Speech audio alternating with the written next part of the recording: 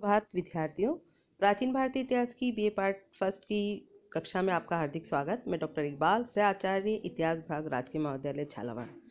आज मैं बताने जा रही हूँ आपको गुप्त काल की अर्थव्यवस्था और व्यापार वाणिज्य के विकास के बारे में। विद्यार्थियों, गुप्त काल में आर्थिक जीवन बहुत समृद्ध हुआ, क्योंकि गुप्त साम्राज्य बहुत विस्तृत था और वहाँ के शासकों ने सुयोग्य प्रशासनिक व्यवस्था स्थापित की और इसी की वजह से आर्थिक जीवन के सभी अंगों पक्षों जैसे कृषि, पशुपालन, उद्योग और शिल्प तथा व्यापार वाणिज्य में प्रचुर प्रगति हुई। सबसे पहले हम बात करते हैं कृषि की स्थिति की। तो गुप्तकालीन जो साहित्य है विद्यार्थियों, जिनमें स्मृतियाँ, व्रत संहिता, अमरकोश, कालिदास की रचनाएं, उनसे गुप्तकालीन कृषि के बारे में हमें जानकारी मिलती है और ये पता चलता है कि हल में लोहे के फाल का प्रयोग वो करते थे। बृहस्पति व नारद की स्मृतियों में कृषि उपकरणों को नुकसान पहुंचाने वालों के लिए कठोर सजा की व्यवस्था की गई है। व्रत संहिता में बीजों की गुणवत्ता बढ़ाने व धरती की उर्वरा शक्ति में वृद्धि करने के तरीकों का उल्लेख किया गया है। कृषक यानी किसान अधिकांशतः वर्षा जल पर ही निर्भर करते थे, लेकिन गुप्त सम्राटों की ओर से प्रजा को सिंचाई की सुविधाएं प्रदान करने का प्रयास भी किया गया। व्रत संहिता में एक पूरा अध्याय यानी चैप्टर पृथ्वी के नीचे, जमीन के नीचे जल खोजने की विधियों से संबंधित है, यानी पृथ्वी के अंदर जो भूगर्भीय जल है उसकी खोज करने से संबंधित है। आमतौर पर सभी तरह की उपज जो आजकल होती है वह उस युग में भी हुआ करती थी। अमरकोश में उपज की विभिन्न वस्तुओं के नाम मिलते हैं विद्यार्थियों, जिनमें गेहूं, धान, ज्वार, ईख, बाजरा, मटर, दाल, तिल, सरसों, अलसी, अदरक, काली मिर्च आदि जो है उसकी जानकारी मिलती है। व्रत संहिता में 3 फसलों का उल्लेख मिलता है। एक फसल श्रावण के महीने में तैयार होती थी, दूसरी बसंत में और तीसरी चैत्र या बैसाख में। अब बात करते हैं हम पशुपालन की। आप जानते हैं कि कृषि से ही जुड़ा हुआ व्यवसाय पशुपालन भी है, क्योंकि जब ट्रैक्टर और मशीनरी का आविष्कार नहीं हुआ था तो खेती से संबंधित, आवागमन से संबंधित सारे कार्य पशुओं की सहायता से हम लोग करते थे, मानव करता था। तो पशुपालन भी उस समय जीविका का एक अन्य प्रमुख साधन था। कामंदकीय नीतिसार के अनुसार गोपालन वेश्य का पेशा है, यानी जो व्यापारी है उनका काम है। अमरकोश में पालतू पशु के रूप में गाय के अलावा घोड़े, भैंस, ऊंट, बकरी, भेड़, गधा, कुत्ता, बिल्ली आदि को शामिल किया गया है और सब अपनी अपनी क्षमता अनुसार जो है कार्य करते थे और मनुष्य का सहयोग करते थे।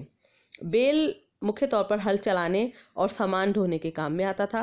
कुत्ता जो है सुरक्षा की दृष्टिकोण से चौकीदारी के काम आता था। गधा भी जो है भार ढोने के काम में आता था। भेड़, बकरी जो है और गाय वगैरह दूध के काम में आती थी और भैंस भी दूध के लिए काम आती थी, जबकि बकरी और भेड़ जो है इनका, भेड़ का ऊन के लिए भी प्रयोग होता था। यानी ये सारे पशु जो है उस समय लोगों की आय उपार्जित करने का एक सहयोगी कारण रहे। अब इसके बाद में हम बात करेंगे उद्योग और शिल्प की। तो विद्यार्थियों, गुप्तकालीन उद्योगों एवं शिल्पों में जहां एक और विशेषज्ञता का विकास दिखाई हमें देता है, वहीं दूसरी ओर प्रौद्योगिकी या तकनीकी कौशल में अद्भुत प्रगति भी हमें दिखाई देती है। इस काल में धातु शिल्प, वस्त्र निर्माण, आभूषण कला, काष्ठ शिल्प, पाषाण शिल्प, हाथी दांत का काम आदि उद्योगों में खास तौर पर प्रगति हुई, विकास हुआ। सबसे पहले बात अगर हम करें धातु शिल्प की, तो इस काल में धातु विज्ञान के क्षेत्र में अद्भुत प्रगति का एक भव्य उदाहरण है हमारे पास, और वह है मेहरौली यानी दिल्ली में स्थित लौह स्तंभ, जो अनेक शताब्दियां बीत जाने के बावजूद भी बिना जंग लगे हुए खुले आसमान में अक्षत खड़ा है और उसमें कहीं भी कहीं जंग लगने का या धातु के उगड़ने का चिन्ह हमें दिखाई नहीं देता है।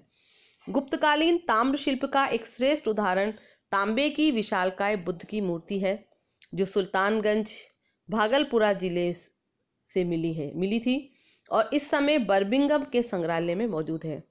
कामसूत्र में धातु विज्ञान को 64 कलाओं में से एक कहा गया है। गुप्तकालीन धातु कर्म का सर्वोत्तम रूप इस काल के सिक्कों में देखा जा सकता है। इस काल के ताम्र पत्रों पर लगी हुई मोहरें भी धातु शिल्प की एक श्रेष्ठ उदाहरण है। और इसके बाद हम बात करें गुप्तकालीन वस्त्र निर्माण उद्योग की, तो ये भी उस समय का एक प्रमुख उद्योग था विद्यार्थियों। और तत्कालीन जो ग्रंथ है अमरकोश, उसमें से ये पता चलता है कि गुप्त काल में धनी लोगों के लिए बहुत बारीक कपड़ा बुना जाता था। इसी ग्रंथ में रेशम का कपड़ा बुनने की भी पूरी प्रक्रिया का विवेचन मिलता है। वरिष्ठ इतिहासकार डॉक्टर रोमिला थापर कहती हैं कि विविध प्रकार के वस्त्र तैयार करने वाला उद्योग इस समय के अपेक्षाकृत महत्वपूर्ण उद्योगों में गिना जाता था। इसके लिए स्वदेश में विस्तीर्ण यानी बहुत बड़ा बाजार उपलब्ध था, क्योंकि संपूर्ण भारत में होने वाले उत्तर दक्षिण व्यापार में वस्त्रों का यानी कपड़ों का प्रमुख स्थान था, और तथा विदेशी बाजारों में भी भारतीय कपड़ों की बहुत बड़ी मांग थी। तो इस प्रकार वस्त्र उद्योग एक प्रमुख उद्योग था लोगों की जीविकोपार्जन का। इसके अलावा आभूषण बनाने का शिल्प भी उन्नत स्थिति में था। आभूषण बनाने के लिए सोने और चांदी के अलावा विभिन्न प्रकार के रत्नों का भी बहुलता से प्रयोग किया जाता था। व्रत संहिता ग्रंथ में 22 प्रकार के रत्नों का उल्लेख मिलता है। रत्नों की जांच की प्रक्रिया को काम सूत्र में रूप रत्न परीक्षा कहा गया है।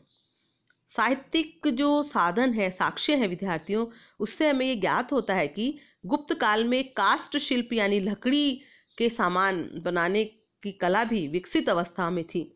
इलाहाबाद के निकट भीत नामक एक जगह से गुप्तकालीन स्तरों से हाथी दांत की बनी 2 मोहरें प्राप्त हुई हैं, जिससे पता चलता है कि हाथी दांत उद्योग भी उस समय विकसित था। इसके बाद विद्यार्थियों बात करें श्रेणी संगठन की। पूर्व गुप्त काल में श्रेणी संगठन के बारे में हम विस्तृत चर्चा कर चुके हैं। तो श्रेणी संगठन अभी भी विद्यमान था, और जो शिल्पी हैं, उद्यमी हैं और व्यापारिक, वे संगठित रूप से रहा करते थे और अपने अपने संघ उन्होंने बना रखे थे, और इन संघों को कहा जाता था श्रेणी, निगम अथवा गण। अपने व्यवसायों को चलाने के लिए उनके अपने नियम और कोष थे। वे आधुनिक बैंक का काम भी करते थे। ये ऋण ब्याज पर देते थे, और निधियाँ जो है फिक्स डिपॉजिट जिनको हम कहते हैं, ब्याज पर अपने पास जमा रखते थे। श्रेणियाँ आर्थिक दृष्टि से संपन्न होती थी और सामाजिक दृष्टि से उपयोगी कार्य भी करती थीं, जैसे सभागृहों का निर्माण, यात्रियों के लिए पीने योग्य पानी की सुविधाओं से युक्त विश्राम गृहों, जलाशयों, उद्यानों, मंदिरों आदि का निर्माण। मंदसौर के एक कुमार गुप्तकालीन लेख से ज्ञात होता है कि दशपुर यानी मंदसौर में तंतुवाहों यानी जुलाहों की एक श्रेणी थी जिसने सूर्य मंदिर की स्थापना की थी। स्कंदगुप्त के काल के इंदौर ताम्रपत्र से ज्ञात होता है कि इंद्रपुर यानी इंदौर के देव विष्णु नामक ब्राह्मण ने इंद्रपुर की एक तेलिक श्रेणी यानी तेल के व्यापारियों का संघ के पास इस उद्देश्य से रुपया जमा किया था कि उसके ब्याज से सूर्य मंदिर में दीपक जलाने की व्यवस्था की जाएगी। विद्यार्थियों, इसके बाद हम बात करें आंतरिक व्यापार की। तो इस समय गुप्त साम्राज्य पूर्व तथा पश्चिम दोनों ओर समुद्रों से सटा हुआ था। स्थल और जल व्यापार दोनों तेजी से चल रहे थे। आंतरिक व्यापार सड़कों और नदियों के द्वारा किया जाता था। गुप्त काल में दीर्घ राजनीतिक स्थिरता एवं शांति की स्थिति ने तथा गुप्तकालीन नरेशों द्वारा प्रभुत्व यानी बड़ी मात्रा में प्रचलित स्वर्ण एवं रजत मुद्राओं ने व्यापार के विकास में बहुत सहयोग दिया था। आंतरिक व्यापार की पण्य वस्तुओं में दैनिक उपयोग की लगभग सभी वस्तुएं शामिल थीं, जिन्हें नगरों एवं गांवों में बाजारों में मुख्यतः बेचा जाता था, जबकि विलासितापूर्ण वस्तुओं में दूरस्थ प्रदेशों से लाई हुई वस्तुएं शामिल थीं। सार्थ जो है भ्रमणशील व्यापारी थे, यानी एक जगह से दूसरी जगह तक अपना सामान लेकर जाते थे, जिनका नगरीय जीवन में बहुत महत्वपूर्ण स्थान था। और साथ ही जो नारद और बृहस्पति की स्मृतियां हैं, उसमें क्रेताओं और विक्रेताओं के समान हितों की रक्षा के लिए अनेक नियम और विनियम हमें मिलते हैं। गुप्त काल में मार्गों की यानी रास्तों से यात्रा सुरक्षित और निरापद थी। फाहियान ने भारत में अपनी यात्रा के दौरान कहीं असुरक्षा महसूस नहीं की।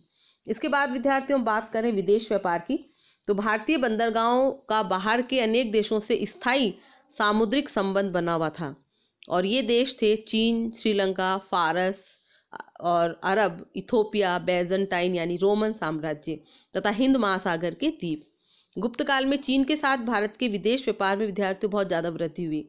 चीन का रेशम जो चीनांशुक के नाम से प्रसिद्ध था, भारत के बाजारों में बहुत अधिक लोकप्रिय था। रोमन साम्राज्य के पतन के बाद पश्चिम के साथ भारत के व्यापार में कुछ गिरावट जरूर आई, लेकिन वहाँ बैजेंटाइन साम्राज्य की स्थापना के बाद पारस्परिक व्यापारिक संबंधों का पुनरुद्धार हुआ।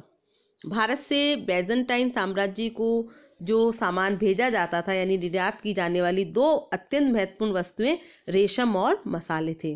बृगकच्छ यानी भड़ोच जो कि गुजरात में था, पश्चिमी समुद्र तट पर स्थित एक प्रसिद्ध बंदरगाह था। दूसरा महत्वपूर्ण बंदरगाह गंगा के मुहाने पर स्थित पूर्व में ताम्रलिप्ति था। पूर्वी भारत से होने वाले सामुद्रिक व्यापार का ये सबसे बड़ा केंद्र था। चीन, इंडोनेशिया तथा श्रीलंका के व्यापारिक जहाज यहाँ आते जाते थे। रघुवंश एवं दश कुमार चरित्र में ताम्रलिप्ति से होने वाले समृद्ध सामुद्रिक व्यापार के उल्लेख हैं। इस तथ्य को अस्वीकार नहीं किया जा सकता कि गुप्त साम्राज्य एशिया का केंद्र स्थल था एवं विश्व के सामुद्रिक देशों में वह सर्वप्रमुख सामुद्रिक शक्ति के रूप में प्रसिद्ध था। वरिष्ठ लेखिका और साहित्यकार इतिहासकार रोमिला थापर के अनुसार भारतीय जलयान अब अरब सागर, हिंद महासागर तथा चीन सागर की नियमित यात्रा करने लगे थे और इन क्षेत्रों के प्रत्येक बंदरगाह में वे दिखाई पड़ते थे।